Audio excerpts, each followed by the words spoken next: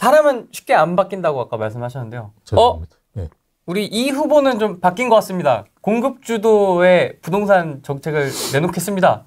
라고 얘기를 했거든요. 제가 챗 GPT한테 한번 물어봤습니다. 네. 그랬더니 이재명 후보의 부동산 관련 주요 공약 사항은 뭐 이렇게 굵직굵직한 건 없는데 4기 신도시 개발, 1기 신도시 노후 인프라 재정비, 네. 수도권 및 노후계획 도시 재건축 지원, 네. 뭐 원래 하는 거였으니까요. 고품질의 공공임대주택 및 공공임대 비율 단계적 확대, 재개발 이게 기본 주택이죠. 맞습니다. 재개발 재건축 활성화. 오, 우리 재명이 형이 달라졌어요. 용적률 상향. 오, 분담금 완화. 어떻게 완화한다는 거지? 공공임대주택을 늘리는데 어떻게 분담금이 완화될까요? 일단 뭐 다 사실은 논의할 가치는 없고요. 제가 뭐 그 친구 하는 이야기 들어보면 참 답답한데. 재건축 재개발을 활성화하겠다고 지금 중도 표심을 자극하는. 그러니까 재개발 재건축은 본인이 하는 거 아니니까요. 그러니까 시장이나 구청장이 하는 거니까. 정비 사업이니까. 예. 그래서 어차피 1기 신도시 같은 경우는 해줘야죠. 그게 사실은 대부분이 아마 민주당일 거예요. 그래서 해줘야 돼요. 그래서 그거는 뭐 진행은 하는데 여기 보면 용적률 상향, 분담금 완화 그래놓고는 어떻게 하겠어요? 공공기여로 더 뺏어가겠죠. 그래서 우리가 1기 신도시는 되게 저는 위험하다고 봐요. 왜냐하면 뭐 이게 지금도 사실 분당이나 우리가 제일 이제 사업성이 좋다고 이야기하고 잘 진행된다고 이야기하는 분당만 하더라도 지금 제가 알고 있기는 조합 내에서도 좀 분란이 좀 있거든요. 예, 그런 상황에서 지금 공공기여를 더 뺏어간다. 지금 용적률 이렇게 올려줬는데 야 그거밖에 안 줘? 더 내라고 해. 이렇게 하면 되는 거거든요. 그렇게 하면 사업성이 안 좋아지면서 더 싸우겠죠, 이제. 그러면서 진행이 잘 안 되고. 일단, 내년에 아마 2주고, 내후년에 착공인데요. 그거는 일단 불가능해요. 최근에 이제 나온 게 분당에서도 이제 대체주택이죠. 대체주택 부지가 몇 군데가 있었는데요. 그거 다 안 된다라고 지금 이야기했어요. 그래서, 다 쓸 수 있는데 하나도 없다. 라고 이야기했어요. 그래서, 뭐 일단 이제 분당이 안 된다 그러면 다른 데는 뭐 다 안 된다고 보시는 게 맞아요. 그렇죠. 그래서 제가 볼 때 2029년도 돼야지 뭔가 뚜렷한 윤곽이 나타나지 그 전까지는 뭐 지지부진한 흐름이 굉장히 계속된다. 그래서 뭐 사실은 토론이 집권하고도 그죠. 거의 뭐 3년, 4년. 끝난 시점에 이제 뭔가 윤곽이 나타날 가능성이 크다라고 보면 되고요. 4기 신도시는 뭐 논의 가치가 없고요. 이거는 할 수도 없고요. 왜냐하면 이게 신도시라는 게 3기 신도시가 문재인 정부 때 했잖아요. 입주가 아마 제가 빨라도 2028년 정도, 지금 본청약 한 게 작년에 본청약 한 게 아마 2028년 정도에 이제 될 거예요. 개항하고 뭐 몇 군데 있어요. 그리고 아직까지 본청약 하고 있는 게 만 세대 안 됩니다. 그러니까 거의 30년 가야지 우리 눈에 보일 거예요. 근데 4기 신도시 개발하면 살아있는 동안 뭔가 될 가능성이 약간 있다 정도로 그냥 생각하시면 돼요. 그리고 아무 의미도 없고 지금 외곽에 집을 짓는 거는 우리가 10년 후에 인구 구조라든지 주거 선호를 생각한다 그러면 사실은 큰 의미가 없을 거예요. 뭐 지금 도심을 어떻게든 빨리 정비를 해야 되는 상황이지 다 이제 도심에서 살고 싶어 하는데 외곽에 살고 싶어 하는 사람은 거의 없거든요, 이제는. 예, 그래서 그런 도심에, 임대주택에 살아도 도심에 살고 싶다는 것이 대부분 젊은 분들 생각이에요. 그래서 이건 의미가 없고, 말씀드렸듯이 고품질 공공임대주택은 기본주택 같아요. 근데 기본주택이라면 또 싫어하니까 살짝 바꿔가지고는 그냥 고품질 공공임대주택. 기본이란 말을 거의 안 씁니다, 지금. 그리고 국토보유세 이런 것도 뭐 안 하겠다고 뭐 이야기하는데, 이재명 씨가 주고 싶어 하는 기본소득은 25만 원이 아니에요. 그렇죠. 정확하게는. 100만 원이거든요. 연 100만 원이에요. 잘 아셔야 되는데, 연 100만 원이라고 이야기하면 또 좋아하는 분 많이 계시겠지만, 거지건수 참. 100만 원을 지급하는 게 본인 목표예요. 우리가 5천만이라고 생각하면 얼마예요? 이게 50조예요, 50조. 근데 국토보유세가 딱 50조 정도 나와요. 1% 정도 거두면. 예, 그거하고 상당히 맞물려 있다고 보시면 되는데요. 이게 뭐 지금 그런 이야기 하면 뭐 안 좋잖아요. 안 그래도 지금 뭐 좀 밀리고 있는데, 그죠? 그러니까 이제 다 그냥 기본이라는 거 빼고 이야기하고 있거든요. 그런데 이거 고품질 공공임대주택을 아마 기본주택 이야기하는 것 같아요. 그 재개발 재건축 활성화하는 건 어차피 뭐 지자체에서 하는 거니까요. 그리고 지자체가 뭐 여기 어딥니까? 일산이나 분당 이런 데 계신 지자체장은 재개발 재건축 안 할 수가 있나요? 그냥 무조건 할 수밖에 없는 거죠. 그에 따라서 이제 아까 말씀드렸듯이 뭔가 이제 공공기여 같은 거를 많이 빼가겠죠. 그러면서 본인들이 이제 지은 것도 아닌데 도서관 옆에 지어주고는 뭐 자기들이 지은 것처럼 엄청나게 또 홍보하고 그죠? 그런 거 잘하니까요. 그런 거지 뭐 사실은 큰 의미가 없다. 저도 이제 97% 일치하는 거 1%씩 올라가고 있어요. 올라가고 있고. 그 일단은 제가 항상 얘기한 게 그 정치인들은 본인의 어떤 치적을 강조하기 위해서 뭔가 새로운 걸 내놓을 거다. 왜냐하면 3기 신도시도 아직 더 활성화가 돼야 되지 않습니까? 근데 바로 4기 신도시 나온 거예요, 지금. 왜냐면 본인의 치적을 내세워야 되니까. 그렇기 때문에 이렇게 되는 거고. 그 다음에 분당, 제가 이제 누차 호랭이들 말씀드렸듯이 1기 신도시 재건축이 좀 쉽지는 않을 거다. 이게 쉽지는 않을 거다. 분당이나 일산도 쉽지는 않을 거다. 이렇게 말씀을 드렸는데, 저는 또 한편으로는 양지마을은 네. 될 가능성이 높지 않겠냐, 한편으로는. 예. 왜냐면은, 어쨌든 본인이 사시는 곳이니까, 우리가 그 생각을 해보면, 예전에 문재인 정권 때도, 네. 본인들이 사는, 정치인들이 사는 지역들은 굉장히 재건축이 빨리 됐어요. 방배 3위. 예, 그렇지. 개빨라. 예. 엄청 빨리 되고, 네. GTS나 뭐 이렇게 그 교통도 엄청나게 그 오는 걸로 알고 있잖아요. 그래서 네. 양지마을은 혹시 모른다. 혹시 모른다. 딴 데는 다 안 돼도 될 수도 있지 않을까. 개인적으로. 마지막까지 살아남을 예, 것. 그럴 수도 있다. 예. 이런 말씀은 그냥 농담 비슷하게 말씀드리는 거고요. 네. 근데 가능성은 이제 뭐 많지는 않긴 하지만 어쨌든 그렇고. 그 다음에 뭐 지금 뭐 재건축 사업도 서울 도심 재개발 용적률 상향 이런 것도 그냥 그 말이죠 뭐. 재건축 초과 이익 환수제 지금 그 폐지 반대하고 있어요. 민주당 그 포지션은. 그렇기 때문에 이것도 그냥 말뿐인 공약이지 않을까 이런 얘기고, 이제 고품격 공공임대주택도 마찬가지로 쉽지는 않을 것 같고, 아까 그 뭐 25만 원, 100만 원 지원하게 되면 이제 좋아하실 분들이 좋아할 게 아닌 게, 내가 지금 사는 월세가 그렇게 되면 100만 원 받아서 좋지만 내가 다음 달 내는 월세가 70만 원에서 90만 원씩 올라요. 사실은. 그러니까 이게 조삼모사가 똑같은 거거든요. 그냥 자산 가격만 오르고 이제 돈 가치만 떨어지는 형태이기 때문에 절대 좋은 건 아니고, 아까 그 심혜숙 교수님 좋은 말씀하신 게, 저도 주택 바우처 정책 정말 괜찮은 것 같아요. 차라리 좀 이렇게 주택 바우처 정책을 통해서 좀 지원을 해줘라. 차라리 그게 낫다. 김문수 후보 쪽에는 있네요. 아, 있어요. 네. 주거비 지원. 그렇구나. 그러니까 이게 오히려 더 맞다고 보는 거예요. 그러니까 규제는 풀고, 진짜 이제 그 또 청년들 또 이렇게 도와주기 위해서 바우처 제도는 정말 이거는 또 부동산 그 학계론에서 나오는 내용이긴 하거든요. 그래서 그런 부분도 정말 맞다. 그래서 그런 부분도 바우처 제도는 정말 좋은 정책이라고 저는 생각을 하고요. 그 다음에 세제 규제 완화 공약이 없는 이유는 아마 잘 모를 거예요. 세금 관련해서도.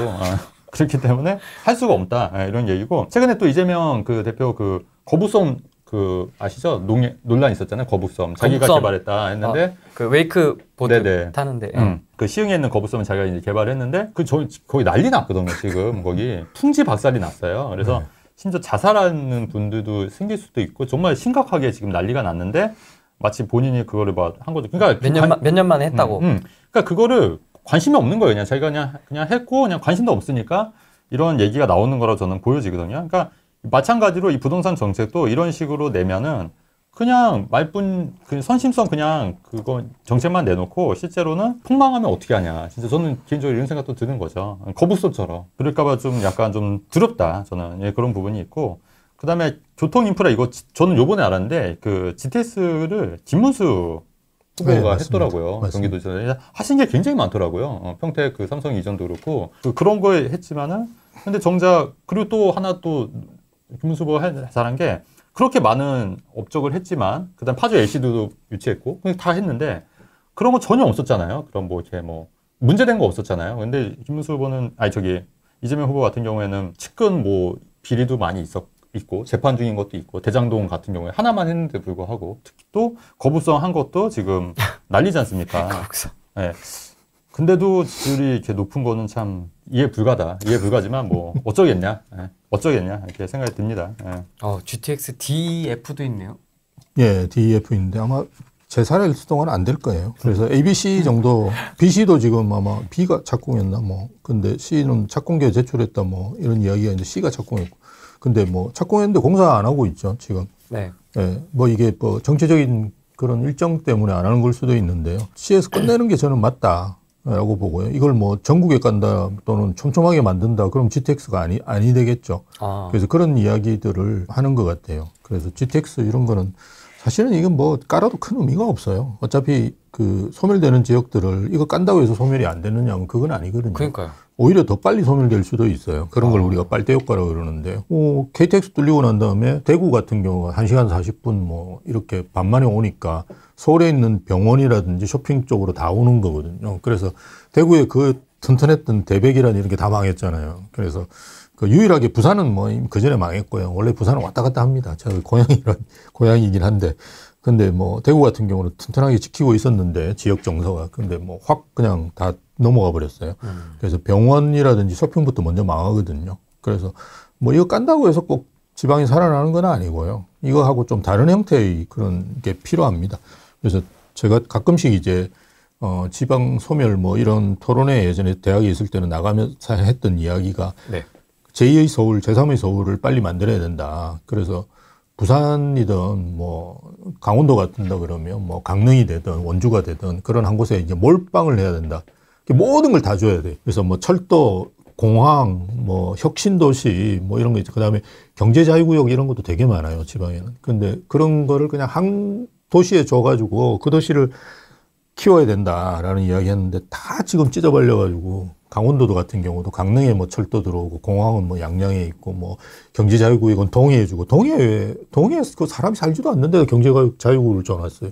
뭐 하여튼 이런 식으로 딱 그냥 혁신도시는 원주에 주고 이렇게 찢어발리거든요. 그러면 절대 살아날 수가 없어요. 진짜 그렇게 해놓으니까 이도저도 아니게 된 도시들이 진짜 많습니다. 대부분이 그렇죠. 그래서 한 곳에 그냥 왕창 몰아가지고 그나마 이제 부산 이런 데들은 원래 이제 캐파가 있잖아요. 이게 한 330만 대거든요. 제가 예전에 한 400만 됐었는데 너무 줄었어요. 근데 어쨌든 330만 되니까 이게 버티면서 그래도 좀 이렇게 끌어올 수가 있거든요. 예, 그런 지역 아니고는 대부분이 이렇게 막 나눠 먹으니까 나눠 먹기잖아요. 이게 포퓰리즘이고. 그러다 보니까 이제 망하는 거거든요. 근데 제2 서울, 제3의 서울을 만들면 저는 뭐 그게 유일하게 지금까지 이론 중에 저희가 연구한 자료들을 보면 늦출 수 있어요. 그러니까 지방이 소멸하는 걸 없앨 수는 없고 늦추는 거예요. 그래서 뭐 50년 만에 망할 거를 이제 100년 가게 만든다든지 이렇게 할 수 있는 게 거의 유일한 거고, 그 다음에 뭐 지방에 같은 경우는 일자리 같은 게 없어서 사실은, 그러니까 결혼, 대학, 일자리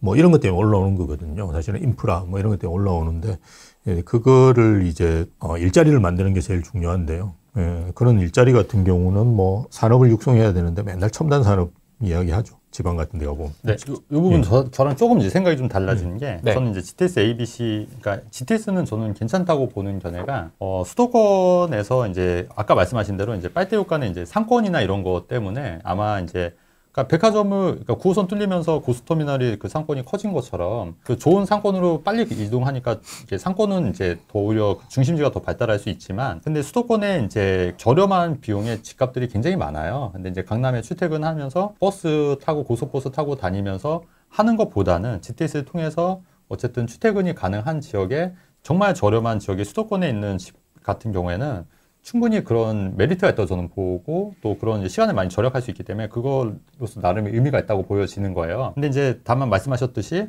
지방 소멸을 막기 위해서는 이런 GTS 뿐만 아니라, 그 GTS ABC 뿐만 아니라 저는 이제 교통망이라든가 이런 것도 물론 확충이 돼야 되지만, 아까 말씀했듯이 뭐 교육이라든가 의료라든가 상권이라든가 좋은 일자리라든가 이런 것들을 좀 많이 지원해서 내가 굳이 서울에서 안 살아도 이렇게 행복하게 살 수 있는데, 이런 지역들이 늘어나면 늘어날수록 오히려 그 지방 소멸을 막을 수 있다는 생각이 들고요. 그런 댓글도 제가 어디서 본 것 같은데, 아니 이재명식의 기본소득과 네. 기본주택, 옛날에 얘기했었던 기본금융 아세요?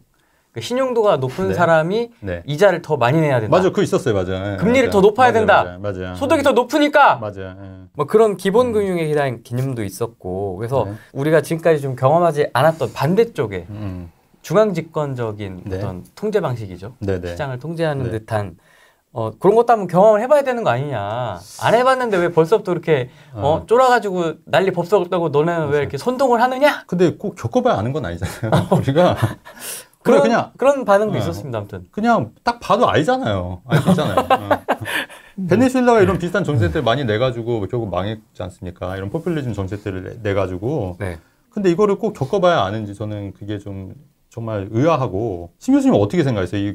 왜 그런다고 생각하세요? 이런 말도 안 되는, 저희가 볼 때는 지금 말도 안 되는 정책들이잖아요. 네. 신용도가 높을수록 이자를 정책의 수요가 있으니까 뭐 정책의 이런 걸 수요가 내는 있으니까. 거죠. 예, 그러니까 이런 걸 좋아하시는 분들이 있으니까 네. 내는 거라고 볼 수 있는데, 말씀하신 대로 이건 뭐 너무나 많은 사례들이 있기 때문에 뭐 이건 다시 뭐 우리가 검토할 필요도 없는 거고요. 큰 정부를 일단 지향을 하는 게 원래 이제 좌파 측이고, 그죠? 맞습니다. 작은 정부를 지향하는 게 우파 측이긴 한데, 이재명 정부는 큰데 좀 이상한 정부를 좀 지향하는 것 같아요.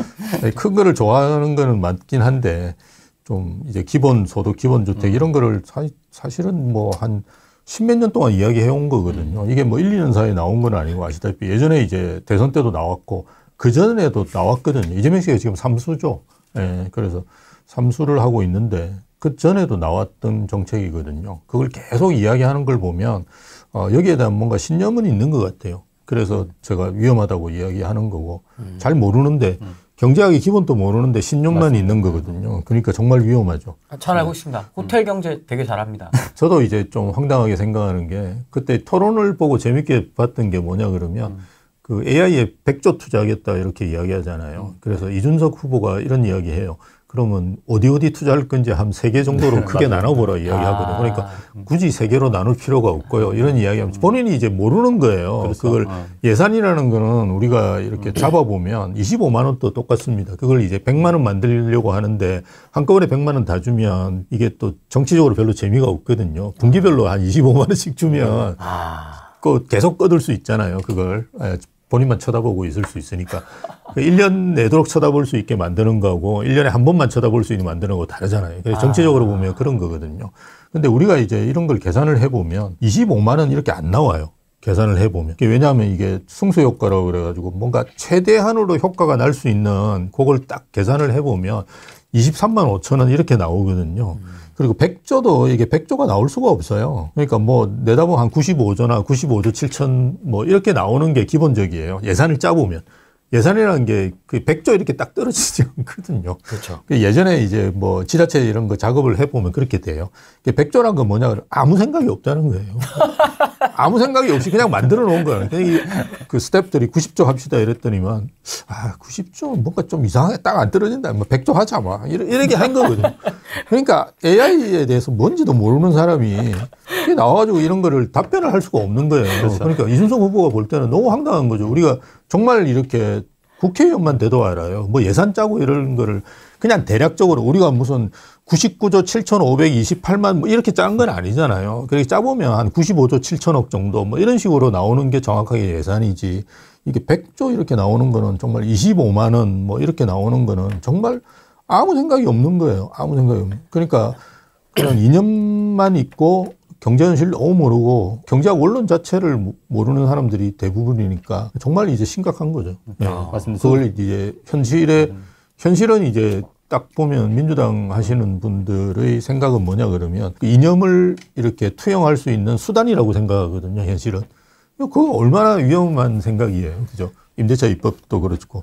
그래서 그런 게 진짜 위험하죠. 맞습니다. 그 제가 볼 때는 좀 그런 것 같아요. 이게 뭐냐면 이런 자기가 생각했던 그런 이념과 사회 실험을 현실에서 하려고 하는 것 같다는 생각이 드는 거예요. 그렇죠. 그러니까 어떤 이념이냐면 그 왜 김문수 후보나 유시민 의원이나 예전 유시민 전 장관이었죠. 전 장관이나 원래 다 같은 친구였지 않습니까? 심창동 씨도 네, 그렇고. 근데 김문수 후보는 이제 그거를 잘못된 걸 깨닫고 김문수 후보도 예전에는 마르크스주의자였다는 거예요. 그 마르크스 제 자본론 이런 거 책 보고 이런 게 했는데 현실에 부딪혀 보니까 이게 아니구나. 적용이 안 되더라. 적용이 안 되고 이게 틀린 거구나 하면은 바로 이제 돌아선 거지 않습니까? 근데 그걸 꼭 찍어봐야 아는 건 아니지만 저희는 그거 굳이 안 해도 저는 알 것 같긴 한데 어쨌든 그분은 그래도 용감한 게 이게 아니구나 해서 자기가 반성하고 돌아섰지 않습니까? 근데 여전히 유시민이라든가 뭐 심상정 씨라든가 뭐 이런 분들은 여전히 그런 생각을 아직도 갖고 있고 그 생각이 또 옳다고 생각하고 여전히 그거를 지금 주장하고 있는데 이런 생각들이 전반적인 민주당의 이제 스탠스라는 거죠. 문제는. 그러다 보니까 이게 틀린 거면 빨리 제가 잘못한 거 알고 해야 되는데 근데 제가 한편으로는 왜 그럴까 이 사람들이 도대체 왜 그럴까 하는 생각이 들면은 평생을 자기가 믿고 있는 신념대로 살아왔는데 지금 와서 이거를 부정하면은 자기 존재 자체가 부정을 한다는 생각을 할 것 같아요. 제가 볼 때는. 그래서 그렇기 때문에 절대 부정을 할 수가 없고 너희들이 다 틀렸어. 내가 맞아. 이거를 끝까지 죽을 때까지 유지할 것 같지 않을까. 네. 자기가 잘못된 거를 자각은 하고 있는 거예요? 자각도 못하는 거죠. 그러니까 그 자각하는 순간 자기 삶의 자체가 무너지기 때문에. 거죠, 다. 그러니까 심리적으로 그 약간 방어 기제식으로 그냥 자기가 믿고 싶은 것만 믿게 되는 현상을 갖고 있는 거로 저는 보여지는 거예요. 왜냐면은 이게 이미 많이 그 세계적으로 증명이 많이 됐지 않습니까? 근데도 불구하고 여전히 이런 생각 갖고 있고 유시민 의원 예전에 그 유시민 전 장관 같은 경우 최근에 얘기했던 게 깜짝 놀랐던 게 GTS ABC 예전 김문수 후보 공약할 때 그 말도 안 되는 공약이라고 했는데 아니잖아요. 그 훨씬 잘 됐고 그다음에 호텔 경제 이론에 대해서 유시민 전 장관 생각이 뭐였냐면 호텔 경제학은 대학원생들이만 가서 배워야지만 이해할 수 있는 이론이라는 식으로 얘기를 한 거예요. 정확한 어디가 경제학 석사. 경제학 석사였습니까? 네. 네. 근데 저는 경제학 석사 안 나와도 알 것 같거든요. 그렇죠. 네. 후배도 알잖아요. 네. 그리고 뭐 똥인지 된장인지 뭐 찍어봐야 아는 건 아니잖아요. 그냥 아는 거예요. 자연스럽게 아는 건데 그리고 틀렸으면은 본인이 틀렸다고 그거를 과감하게 인정하고 바꿔나는 게 진짜 용감한 사람이고 저 역시 만약에 틀렸다고 하면 저도 잘못했다 이제 틀린 것 같습니다. 이렇게 하는 게 더 용기 있는 거 아니겠습니까? 근데 그런 사람들은 여전히 평생을 그렇게 살아왔기 때문에 그거를 부정하는 순간 자기 자체가 무너질 수 있기 때문에 심리적인 방어 기제로 절대 바뀌지 않으려고 할 거다. 이게 제 개인적인 생각이에요. 네. 우리 재명이 형이 달라졌어요가 아니네요. 그럼. 네. 앞에서 우리 최진호님 말씀하셨지만 사실은 우리 김문수 후보나 아니면 예전에 그 이재호 씨라고 있었어요. 이재호 의원. 뭐 이런 분들이 민주화 운동 정말 열심히 하셨고요. 잡혀가지고 정말 죽음의 위기까지 갔던 분들인데요. 이런 분들이 이제 돌아선 거를 보면 정말 이게 문제가 있는 거거든요. 그런데도 아직도 이제 그렇게 하는 거는 뭐 말씀하셨던 것도 굉장히 논리적으로 일리가 있고요. 네. 제 생각은 이제 뭐 상당수의 제 친구들이 대부분 그 나이 또래입니다. 그래서 저희 나이 또래 사람이라서 저도 항상 나오면 죄송한데 어쨌든 그 친구들 보면 대부분 이제 학생 운동 하다가 이제 전과가 있으니까 취업을 못 해요. 그래서 평생을 이제 직장을 못 가져본 친구들이에요. 그러니까 사회생활을 안 해봤어요. 그러니까 사회가 어떻게 구조가 흘러가는지 잘 몰라요. 기껏 한다는 게 이제 뭐 국회의원 보좌관 한다든지 뭐 출판사 이런 거 해가지고 뭐 돈도 못 벌고 근데 집사람들은 대부분 또 직장을 가지고 있고 이래서 먹고 살아온 거예요. 그러니까 경제가 어떻게 돌아가는지 이런 걸 내가 내 가정 경제를 책임져 보지 못한 놈들이 많거든요. 그런 상황에서 경제가 어떻게 돌아가는지 어떻게 알겠어요, 본인이. 예. 그러니까 그런 전혀 사회생활을 안 해봤던 사람, 그리고 대부분 만나는 친구들이 뭡니까? 다 그 학생 운동 해가지고 노는 사람들만 계속 만나니까 본인들 생각이 어떻게 되겠습니까? 계속 확대 재생산 되는 거예요. 그렇죠. 그래서 사실은 그 젊을 때 좌파가 아니면 좌파가 안 되면 그것도 이상한 거고 나이 들어 사회생활 했는데도 좌파면 그것도 이상한 거거든요. 그 정상적으로 이렇게 살다 보면 그게 될 수가 없어요. 사실은 현실적이지도 않고요. 근데 그렇게 계속되는 거는 사회생활을 사실 해본 친구들이 별로 없어요. 보면 기껏 한 게 뭐 국회의원 보좌관하고 이러는 거니까요. 그거는 완전 정치적인 거잖아요. 그래서 근데 저는 왜 젊었을 때 좌파가 아니었을까요? 저는 젊었을 때. 근데 그거는 이제 시대적 상황도 있다고 봐요. 저희 이제 80년대 초중반 때는 정말 근데 저도 이제 90년, 제가 이제 90년대 그 뒷세대죠? 뒷세대였는데. 뒷세대죠. 그 이제 제가 정말 좀 안타까웠던 게 학교 선배가 이제 저도 이제 과대표고 했으니까 하면 이제 학생회장에 있던 이제 MT를 가고 하면은 뭐 부르주아 얘기하고 막 미국을 안 좋고 뭐 이런 식으로 얘기하지 않습니까? 근데 담배는 말보를 피는 거예요. 담배를. 말보를 하면 안 펴.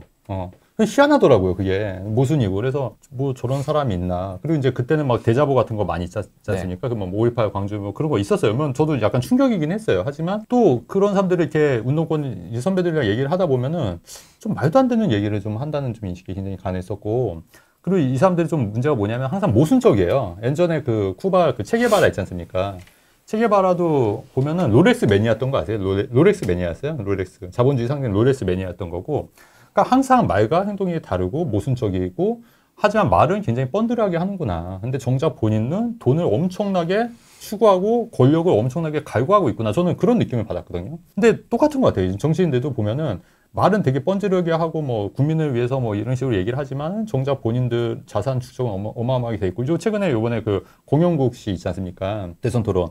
자산이 30억이 넘더라고요. 근데 그분이 토론할 때 뭐 노동자들을 위해서 뭐 얘기하는데 본인 자산이 30억 한 거는 도대체 어떻게 만들었는지 궁금하고 그럼 정작 그 자산 그 30억을 나눠주면 되잖아요. 본인이 그렇게 안타까우면.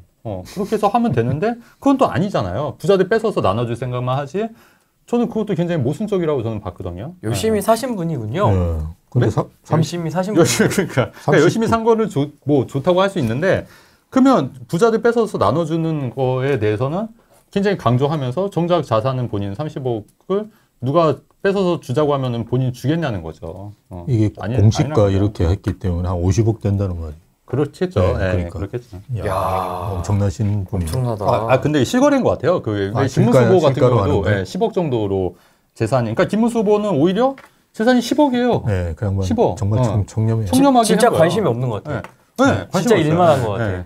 그래서 부동산 정책은 모를 수도 있다는 얘기예요. 아. 부동산 정책은. 근데 이제 그거는 참모들이나 이제 밑에 직원들을 잘 기용하면 된다는 얘기죠. 심 교수님. 그렇죠. 심 교수님 같은 분은 이제 빨리 해야 돼요. 정책자문위원으로 빨리 해가지고. 해야 되는데, 근데 아시다시피 지금 그 민주당 부동산 정책자문위원들이 다 그런 약간 이상한 생각들을 갖고 있는 분들이 많잖아요. S대. 네, 참 안타깝다. 그래서 저는 이게 그 진짜 초고단으로 가지 않을까. 저도 굉장히 그 우려스러운 부분도 분명히 있어요. 거기 뭐 스텝들이 굉장히 좌파 성향이 짙어요. 그러니까 그렇죠. 예전 문재인 정부 때보다 훨씬 더 좌파로 더 가 있는 사람들이 많거든요. 그래서 아마 그렇게 갈 거예요. 그건 네. 뭐. 유럽형 복지국가를 꿈꾼다고. 우리는 베네수엘라라고 공격을 하지만 그들은 유럽형 복지국가가 될 거라고. 근데 이제 스웨덴이나 이런 데 모델을 한 것 같은데 네. 거기는 워낙 그 인구도 적고 워낙 부자 국가고 우리나라는 뭐 자원도 없고 사실은 우리 이런 데서 복지로 하면은 당장 망하죠. 그러니까 인적 자원이 재산인 나라에서 다 복지로 퍼주면은 이게 살아남겠습니까? 가뜩이나. 주 4.5일째 한답니다. 와. 와, 그러니까, 좋겠다. 그러니까 물어보면 대답을 잘 안 하잖아요. 이게 기업 뭡니까? 그 월급을 깎고 4.5일 하는 거냐 아니냐 이라고. 그렇죠. 맞아요. 그건 뭐 서서히 진행하면서 검토해 볼 사항이라고 이야기하는데 어쨌든 본인들 생각은 월급을 그대로 주면서 4.5일 하겠다는 거잖아요. 그럼 그 0.5는 누가 메꿔주는 거예요? 기업에서 메꿔라는 말이겠죠. 그렇죠. 걔들이 그 이야기하는 거를 회의석상에서도 나오는 이야기를 가끔 듣거든요. 가끔 들으면 네. 기업을 왜 신경 쓰냐 이런 이야기가 많이 나와요. 뭐 하면. 그러니까 기업을 위한다는 이야기는 그냥 허울뿐인 이야기예요. 대부분 뭐 아니 기업을 왜 걱정하냐. 우리가 연예인 걱정하면 안 된다고 이야기하듯이 그런 이야기 많이 해요. 아니 그러니까 그 소득세와 법인세를 기업이 내는데요? 이제 법인세는 당연히 내는 거라고 생각하는 거고요. 그래서 뭐 하여튼 기업에 대한 뭐 이런 정책 이런 거는 개념 자체가 없는 친구들. 그러니까 민주당의 대다수 의원들이 공영구 후보의 그 멘트들 있지 않습니까? 거의 다 한 7, 80%가 동의할 거예요. 근데 공영구 후보가 항상 얘기하는 게 노동자들 위해서 하는 거고 그다음에 최근에 뭐 중대재해처벌법 관련해서도 김문수 후보 입장에서 이거야. 이게 예방이 중요하다. 그렇지 않습니까? 사람만 아니라. 처벌하면 뭐 하겠냐 하는 거죠. 그러면 입장 바꿔놓고 지금 어떤 일이 벌어지고 있냐면요. 이런 거예요. 그 초등학교 이제 수학여행 요새 안 가요. 중학교, 고등학교 수학여행. 맞습니다. 안 갑니다. 왜 그러냐면 뭐 사건 사고 나면 그 교사가 다 책임을 져야 된다는 거예요. 안 가죠. 저 같아도 만약에 중대재해처벌법, 저도 예전에 그 카페 했지 않습니까? 그 직원이 손을 댔어요. 그래서 빨리 이제 병원 가고 하는데 가슴이 철렁하더라고요. 아, 빨리 접은 게 다행이구나, 진짜. 이런 생각.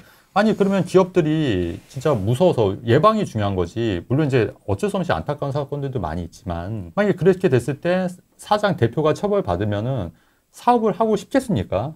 다 이제 차명으로 하거나 뭐, 가짜로 하려고 하겠죠. 해외로 가거나. 그러니까 이런 부작용이 있기 때문에 차별금지법에 대해서 반대하는 것이 그 사람이 우리가 그 인권을 존중하지 않거나 노동자의 그 인권을 존중하지 않아서 반대하는 게 아니거든요. 근데 말이 안 통하는 거예요, 말이 안 통하고 아무리 얘기를 해도 본인 주장만 딱 갖고 있는 거예요. 그게. 그러니까 대부분의 그 민주당 있는 제가 볼 때 한 7, 80%가 그 사람과 그 공영구 그 후보의 그 생각과 아마 일치한다고 저는 보는 거죠. 그렇기 때문에 이게 굉장히 저는 심각한 문제라고 보는 거예요. 민주당 초선들은 굉장히 강해요. 좌파적인 되게 성향들이. 강하던데. 예, 초선들이 되게 강합니다. 그래서 그게 이제 원래 잘 아시다시피 경기동부연합이라고 예, 그쪽에서 많이 이제 그 스텝들을 만들어내고 이제 활동을 하거든요. 그러다 보니까 그쪽이 완전 뭐 굉장히 강합니다. 산호맹 뭐 이런 쪽이에요. 그래서 그 집권을 하면 전면으로 나올 거예요.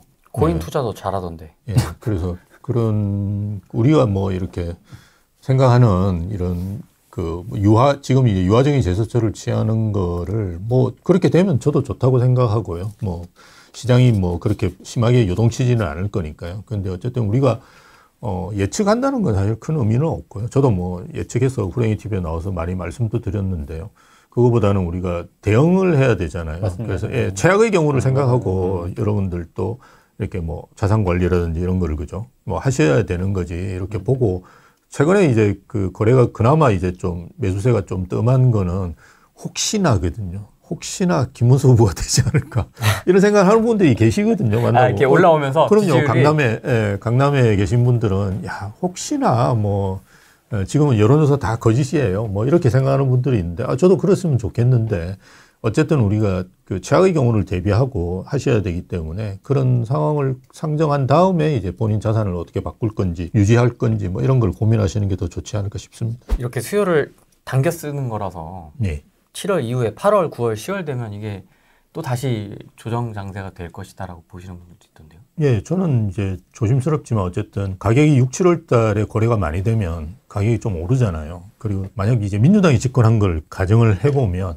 민주당이 집권을 하면 이거 뭔가 손을 써야 되잖아요. 가만히 있기 힘들 거거든요. 지금은 뭐 안 건드리겠다 이야기하지만 정치가들이 그걸 안 건드릴 수가 없을 겁니다. 계속 그 할 수밖에 없고요. 그럼 뭐 9월이나 10월 달에 대책이 나오겠죠. 그거는 이제 본인의 이념을 담은 대책이 나올 가능성이 크고요. 없었다, 이념. 그러니까 본인의 정치적 이념을 담는 정책을 쓰기 가장 좋은 게 부동산입니다. 네. 그리고 맞습니다. 그게 파급 효과도 크고요. 왜냐하면 그 대부분은 주택을 사거나 아니면 가지고 있거나 하잖아요. 그래서 그 나오는 데서 되게 예민하거든요. 외교 정책이라는 거는 사실은 뭐 전쟁만 안 일어나면 크게 관심이 없거든요. 그런데 집을 사거나 아니면 가지고 있는 사람들한테는 부동산 정책이라는 거 되게 관심이 많습니다. 그럴 수밖에 없고요. 그래서 아마 그런 대책들을 계속 내놓는데요. 그래서 9월, 10월 달에 강한 대책이 저는 나올 거라고 봐요. 예전에 파리 대책도 한 3개월 해가지고 나왔거든요. 그래서 비슷하게 나오지 않을까라고 생각하고요. 그러면 뭐 올 하반기는 조용하겠죠. 예, 대출, 그리고 은행에서도 하반기로 갈수록 대출 영업 안 하거든요, 이제. 그러면 뭐 자연스럽게 또 주춤하고. 근데 또 이게 내년 초 되면 또 은행이 열심히 하잖아요. 특히나 금리라는 한 2번은 됐을 가능성이 크단 말이에요. 그렇죠. 예, 그러면 이제 뭐 가상금리를 아무리 올리더라도 예전보다 훨씬 낮아진 상황에서 즉 3% 초반대, 우리가 마의 3% 초반대거든요. 이때 작년에 이제 3% 초반대 확 가격 늘었거든요, 대출이. 그래서 3% 초반대 정도 될 거예요. 가상금리를 아무리 올려도. 그러면 자연스럽게 내년 초에는 또 오를 거라고요. 또 은행도 이제 대출 영업해야 되잖아요, 이제. 예, 그러니까 많이 오르겠죠. 대신에 이제 내년 5월 되면 또 양도세 중과하겠다. 이러면 또 별로 안 좋아지겠죠, 시장이. 예, 그런 식으로 계속하고, 오르면, 규제하면 이제 안정화되겠죠. 그 다음에 또 가격 오르고, 규제하고 안정화되고 가격 오르고 이 문재인 정부 때처럼 똑같이 갈 거예요. 계속. 예. 출렁 이렇게. 네, 계속. 하지만 우상향하는 거죠. 예. 그러다가 2021년처럼 한번 폭발을 할 거고요. 예. 그런 일들이 뭐 비슷하게 벌어질 거예요. 그래서 이런 걸 우리가 시장이 왜곡된다라고 그러는데요.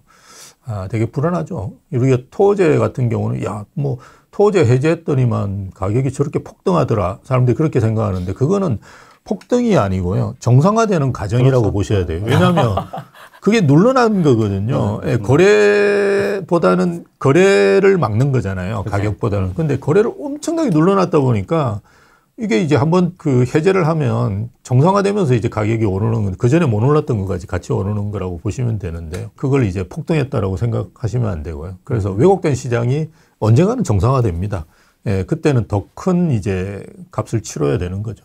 예, 저도 비슷한 생각인 게 그때 네. 한참 왜 이렇게 토지허가가 아닌 반포 집값이 많이 올랐었잖아요. 네. 이제 그러다 보니까 제가 이제 말씀드렸던 게 오히려 재건축 단지들이 강남에 있는 재건축 단지들이 토지거래허가를 묶여 있는 재건축 단지들이 저평가돼 있다. 예, 저평가돼 있기 때문에 내 집 마련 실수하시려는 분들은 그런 쪽으로 포커스 맞춰서 좀 움직여 보시는 것도 좀 괜찮겠다고 제가 프렌티비에서 언급을 했었잖아요. 근데 실제로 그리고 나서 토지거래 허가가 풀리면서 또 오히려 이제 재건축 저평가돼 있는 재건축 단지들이 많이 올랐어요. 상승률이. 이제 그런 거 봤을 때 그동안 이제 눌려 있었기 때문에 그게 이제 어느 정도 이제 제자리를 찾아갔다. 이렇게 보여지는 거고 또 하나 제가 좀 생각이 되는 건 뭐냐면 네.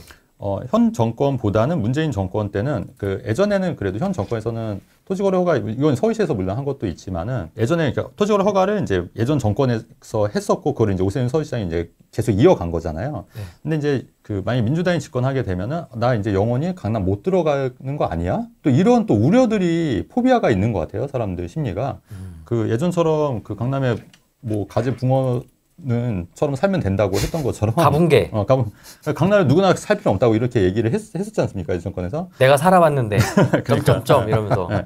그러니까 그런 식으로 그럼 나 영영 이제 강남에 못 들어오면 어떻게 하지? 이런 이제 생각들이 있다 보니까 네. 그런 수요가 지금 더 막 폭발하고 있는 상황인데 거기에다가 또 민주당마저 집권하면은 나 이제 영영 못 들어가면 어떻게 하지? 이런 생각들이 이제 지배적으로 이제 있기 때문에 그런 심리에 의해서 이제 강남 3구나 용산의 그런 양극화는 더 좀 진행이 되지 않을까 이런 생각도 이제 드는 거죠. 예. 그때 교수님께서 말씀하셨던 초초초초 양극화. 예, 지금 초초초초 양극화가 될 가능성이 크죠. 소득 수준 자체가 이제 되게 양극화되고 있고요. 만나보면 정말 어마어마하게 버시는 분들이 많이 있습니다. 그러다 보니까 그에 맞춰 이제 자산 시장이 다시 세팅이 되는 거거든요. 근데 어쨌든 저희가 걱정하는 건 이게 소득이 많은 거를 무슨 해결할 수는 없잖아요. 오히려 이거 북돋아야 되는 거고요. 예, 그걸 이제 뭐 조금 뭐 복지적으로 잘 풀어야 되는 상황이지 그걸 막을 수는 없고요.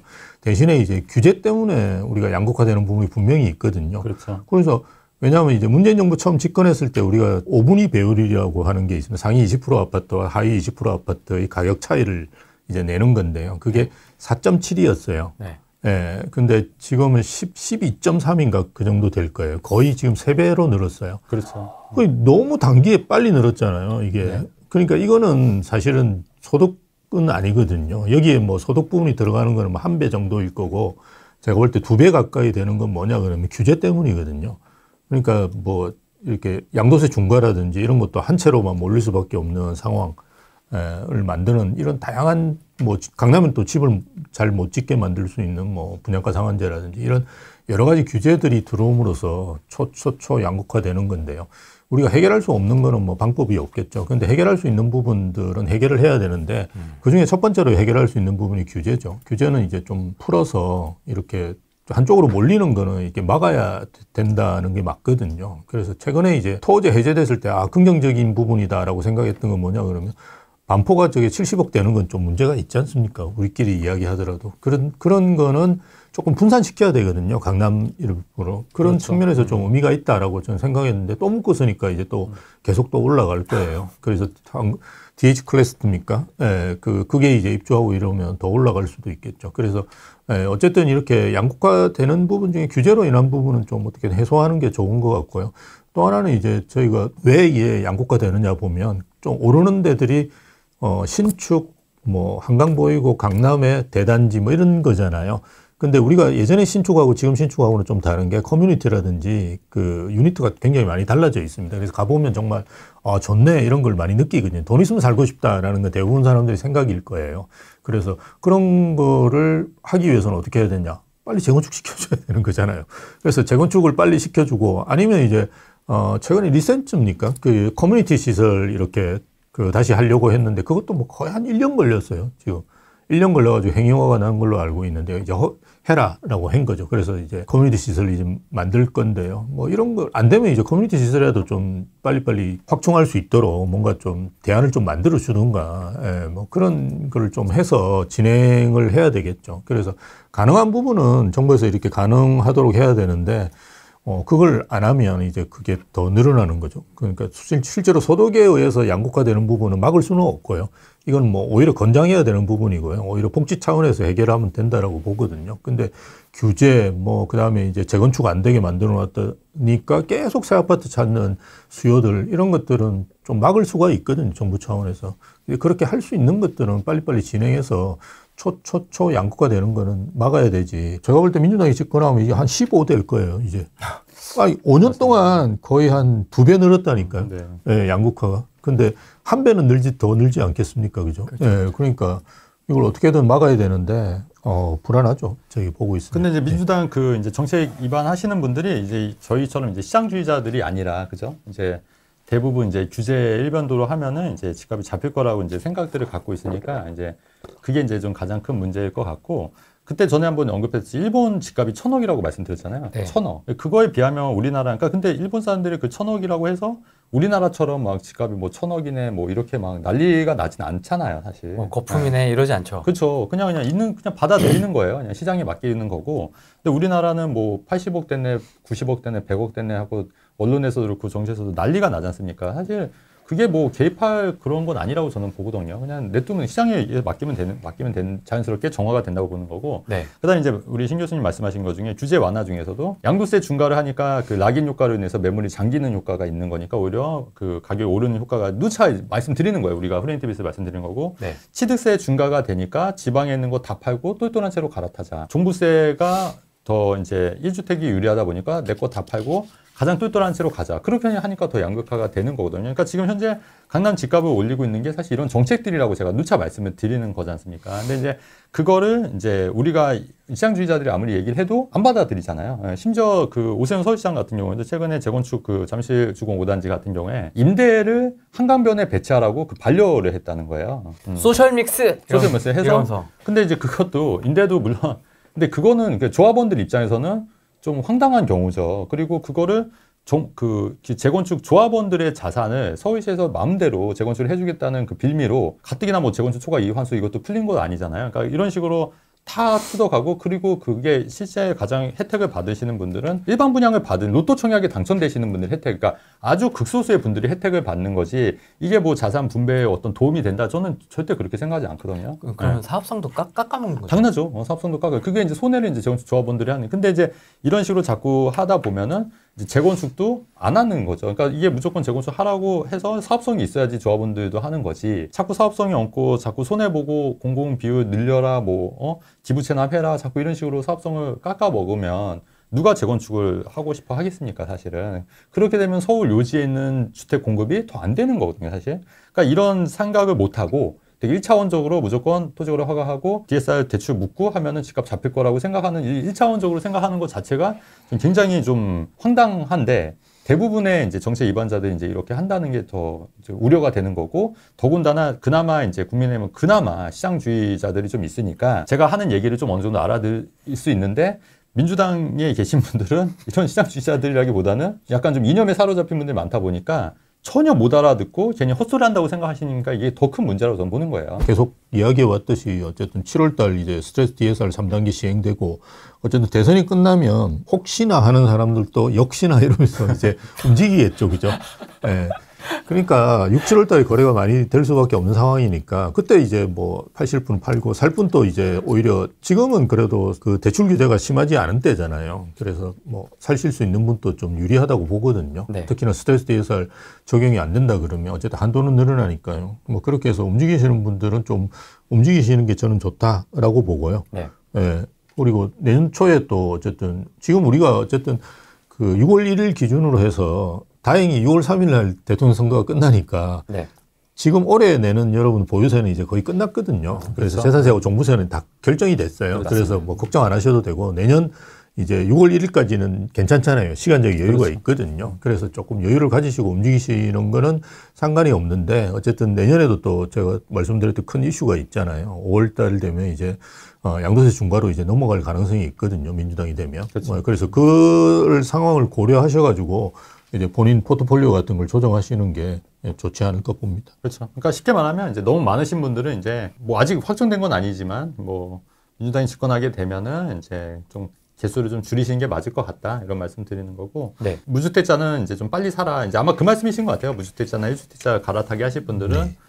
가능한 빨리 하시는 게 맞지 않을까. 근데 저는 이제 한 가지 더 첨언하자면 여기서 그럼에도 불구하고 좀 저평가된 지역을 한번 더 찾아봐라. 왜냐면은 또 그 와중에도 분명히 저평가된 지역은 있다. 이런 말씀을 좀 드리는 거거든요. 그러니까 저평가라는 개념이 상대적인 저평가라는 얘기예요. 그러니까 다 올랐지만 그래도 상대적으로 내가 좀 더 저렴하게 들어갈 수 있는 그런 데를 잘 찾는 것도 좀 필요해 보이지 않겠나. 좀 개인적으로 좀 그렇게 생각합니다. 작년까지는 성동구 정도까지라고 봤다면 네. 올해 하반기 이후에는 좀 더 온기가 퍼져 나갈 수 있을까요? 그러니까 위아래로. 그 이제 정책이 또 지금 토지거래 허가를 더 확대 지정한다는 얘기가 있잖아요. 네. 그러면 똑같아요.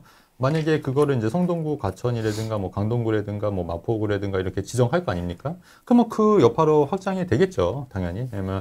그러면 오히려 상대적으로 더 오른 지역들이 오를 수 있으니 차라리 그런 지역들도 좀 유심히 볼 필요가 있지 않겠냐는 게 제 개인적인 생각인 거예요. 이게 만약에 확정이 된다고 하면은. 근데 그것도 이제 좀 예의주시할 필요가 있다는 거죠. 왜냐면 계속 우리가 풍선 효과 많이 경험해 봤잖아요. 서울 묶으니까 수도권 묶으니까 뭐 지방 묶으니까 또 이런 식으로 계속 이렇게 풍선 효과가 있었지 않습니까? 언제? 문재인 정권 때 이미 있었던 거예요. 그러니까 지금 제가 볼 때는 그때랑 거의 비슷한 식으로 갈 수도 있지 않겠냐는 게 이제 개인적인 생각이고 그때보다 더 초의 양극화가 더 심해지지 않을까 이런 생각도 이제 있는 거예요. 다만 그리고 이제 또 하나 말씀드리는 거는 지방 관련해서도 좀 많이 공약들이 나오고 있고 실제로 저도 이제 그런 부분도 많이 말씀을 드렸잖아요. 그래서 제가 항상 좀 더 빨리 얘기를 하는 편이긴 해요. 그래서 그런 부분에 있어서 그것도 지방도 그동안 좀 저평가된 지방들도 좀 살아날 여지도 있지 않겠냐는 게 제 생각인 게 세종도 최근에 많이 올랐고 그런 부분을 봤을 때 또 그런데 이제 만약에 내가 좀 약간 초기 투자자들이라고 한다면은 그런 지역들도 조금 관심 있게 예의주시할 필요는 있지 않겠냐는 게 또 개인적인 의견이기도 합니다. 예. 어떻게 좀 보십니까? 서울 수도권의 온기가 어느 정도까지 더 퍼져나갈 수 있을지와 지방. 그 시간은 걸리겠지만 온기는 퍼지겠죠. 저도 동의를 하고요. 네. 그래서 저희가 사실은 제가 주로 이제 좀 너무 주거선호지 위주로 말씀을 드리긴 하는데요. 챗 GPT에도 그렇게 나오더라고요. 아, 정말요? 수도권 핵심 지역을 선호하는 투자자이다 이렇게 나오더라고요. 죄송합니다. 네. 오대방에 상담을 해보면 대부분 이제 강남 분들이 와서 상담을 하다 보니까 이제 네. 그쪽 자꾸 이제 제가 주시를 하고 이러는 상황도 있는 것 같아요. 그래서 그런 건데요. 어쨌든 온기가 계속 퍼지니까요. 그리고 우리 문재인 정부 시즌2라고 보시는 게 맞거든요. 민주당이 집권하면. 그러면 문재인 정부 때 가만히 생각해 보시면 거의 투기관리지구는 전국에 거의 다 지정되어 있다고 생각하시면 됩니다. 그러면 자연스럽게 그런 온기가 이제 퍼져나갈 수밖에 없는 상황이고요. 올해나 내년 이렇게 고려해 본다 그러면 저는 이제 9월까지 이제 토호제가 구별로 지금 지정이 돼 있거든요. 그게 토호제는 저는 동별로 전환되지 않을까라고 조심스럽게 생각하고요. 대신에 아마 9월, 10월 이때 대책이 나오면서 마포나 성동 이런 데는 투기관리지구로 지정되지 않을까라고 조심스럽게 생각해요. 왜냐하면 이게 투기관리지구라든지 조정대상지역으로 지정하고 난 다음에 토호제를 해야지 의미가 있지. 지정 안 하고 토호제 하는 거는 사실 큰 의미는 없다고 봐요. 그래서 원래 기본은 이제 투기관리지구나 조정대상지역이거든요. 그걸 아주 이제 촘촘하게 깔기 시작할 겁니다. 계속 오르면 방법이 없거든요. 근데 지금 양도세 최대치가 82.5%인데 90%로 한들 그게 무슨 의미가 있겠습니까? 시장에 반응이 없거든요, 이제. 그리고 2주택에 대해서 8%, 3주택에 대해서 이제 12% 이렇게 취득세를 매기는데 그걸 몇 프로 더 올린다고 큰 의미가 없거든요. 그러니까 아마 제 생각에는 그런 투기관리지구를 일단 촘촘하게 깔면서 뭔가 이제 시장에 충격을 계속 주려고 노력할 거예요. 그래서 그런 거를 좀 고려해 보신다 그러면 최근에 이제 과천이나 이런 쪽에 계신 분들 오시면 저는 이 과천도 투기관리지구 지정될 가능성이 있다 올해 내로. 그렇죠. 그래서 좀 조심하시는 게 좋다. 그래서 그걸 고려하셔가지고 이렇게 본인 포트폴리오를 조정하시라는 말씀을 드리거든요. 그리고 세종도 저는 위험하다고 봐요. 그래서 이런 지역들은 지금 너무 빨리 움직여가지고 이렇게 빨리 움직이는 징을 맞거든요. 그래서 본인도 이제 투기관리지구가 어느 정도 늘어날지, 그죠? 토호제 같은 경우는 또 어떻게 될지 이런 걸 좀 나름 이렇게 저만 이야기하는 건 아니니까요. 다양한 이제 이런 걸 보시고 좀 판단하셔가지고 움직이시는 게 좋지 않을까 싶습니다. 다주택자는 지금은 조금 이제 보유세 부담이 많아지기 때문에 좀 줄이고 또 다음 기회를 모색하시는 것도 괜찮지 않을까. 그래서 이제 특히 내년 5월 9일 이후에는 양도세 중과가 되기 때문에 특히 이제 조정 지역이 더 확대될 수도 있기 때문에 그런 지역들을 갖고 계신 분들이라면 정권이 어떻게 되냐에 따라서 이제 채수를 좀 줄이시는 전략이 좀 필요하겠다 이런 말씀 드리는 거고, 그다음에 이제 무주택 같은 경우에는 이제 지금이 제일 저렴한 시점인 것 같아요. 항상 보면은 그렇기 때문에 너무 고민하지 마시고 상대적으로 좀 덜 오른 지역에 사시는 것도 괜찮고, 그다음에 또 하나 또 팁을 드리면 항상 강조하는 거지만 투자와 실거주를 분리해서 투자할 수도 있다. 그러니까 꼭 내가 꼭 실거주하는 데만 투자하려고 하지 말고 좀 저평가된 데는 내가 실거주를 못하는 지역일 수도 있잖아요. 그러니까 실거주와 투자를 분리해서 하는 경우도 있고, 그 다음에 일시적 1세대 2주택을 활용한 전략은 여전히 유효하다. 그리고 이제 내 집 마련 또 상급지로 갈아타시려고 하는 분들은 좀 빨리 좀 움직이시는 것도 괜찮지 않겠냐. 근데 이제 다만 또 주의할 거는 내 집을 먼저 팔고 움직이시는 게 마음이 편하실 거다. 왜냐면은 덜컹 내 집 살집 먼저 사면은 굉장히 좀 해보시면 아시겠지만 굉장히 좀 움츠려들어요. 되게. 그렇기 때문에 그런 부분도 좀 참고해서 이제 결정하시면 좋을 것 같습니다. 네, 좋습니다. 예, 무주택자분들은 상반기에 사시는 게 제일 저는 좋다라고 보고요. 1주택자나 다주택자분들은 그냥 알아서 잘 하실 거라고 봐요. 갈아타기 하실 적정 시기를 본인들을 조정하시면 좋고요. 아까 계속 저희가 나왔지만 그러니까 대기 수요로 머무르시는 게 맞고요. 이 관망으로 돌아서는 순간 부동산 시장은 떠난 거라고 보시면 됩니다. 그래서 사실은 토호제 우리가 지정되고 해제되면서 지정 해제가 딱 되면서부터 확 그냥 수요가 몰려들었거든요. 그러니까 그 사람들이 관망 수요냐 하면 그건 아니고요. 이게 모든 아파트 다 둘러보고 그죠? 딱 결정을 해놓고 있는데 그렇죠. 여건이 안 돼가지고 안 사는 분들이 그러니까 이게 한 달도 안 되는 시간에 살 수 있는 거지. 우리가 집을 사는데 최소 한 두세 달은 걸려요. 사실은 현실적으로 보면. 그래서 그런 수요로 남아 계셔야 된다라는 것만 좀 명심하시면 이게 떠나는 순간 사실은 부동산 시장은 다시 또 관심 가지고 돌아오기 쉽지가 않거든요. 그래서 계속 이제 지켜보시고 있는 게 저는 의미가 있다라고 보고요. 주거선호 지역들 사시겠다 그러면 진짜 좀 빨리 움직이시는 게 좋다. 이렇게 계속 오른다. 그리고 오름폭도 커질 수도 있다. 대신에 이제 뭐 난 좀 외곽지인데 그래도 호재가 있는 지역을 사겠다 그러면 호재라는 게 어차피 실현되는 시기 같은 것들이 있거든요. 그게 맞춰가지고 조금 여유 있게 그래도 움직이시는 것도 나쁘지 않다. 그래서 뭐 자기가 어떤 걸 사실 건지 어떤 주택을 가지고 계신 건지 여기에 따라서 어떻게 행동하실까 조금 달라지지 않을까 그렇게 봅니다.